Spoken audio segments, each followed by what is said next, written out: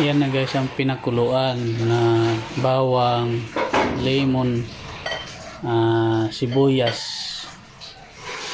tsaka luya.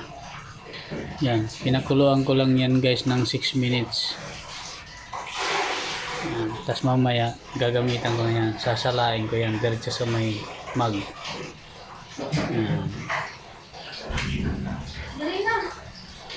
Yan guys, kung gusto nyo subukan nyo, bahala kayo. Basta yan ang tips ko sa inyo. Napakaganda yan sa katawan guys. 169% guys ha. Subok ko na yan. Kayo nang bahala guys. Maniwala kayo, bahala kayo. Kung hindi, bahala kayo. Pero ako, kung ano yung aking na-experience, sinishare ko to sa inyo guys kasi gusto ko rin makatulong sa inyo. Napakaganda sa katawan yan. Cleansing yan guys. Nililinis ang kidney mo tsaka liver mo dyan. Mag-maintain ka lang yan. Nako guys, tingnan mo na lang ang resulta kung anong maganda. Walang negative result yan guys. Maliban nga pala guys, baka makalimutan ko, yung may ulcer.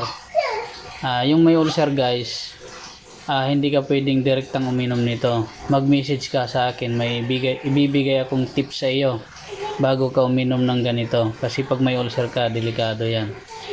Kailangan mabigyan kita ng guide. Ang asawa ko kasi may ulcer din yun, pero nainom siya nito. Pero may pinagawa ako sa kanya bago siya uminom nito. Kasi pag bigla kang iinom nito na may ulcer ka, kasi mataas nga ang fiber content nito eh. Kasi kung ako dati nga constipated ako eh, natanggal nito eh.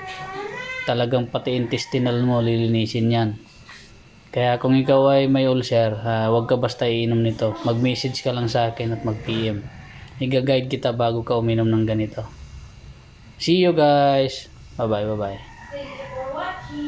Thank you for watching. Sana guys mag-subscribe naman kayo sa aking YouTube channel tsaka Facebook.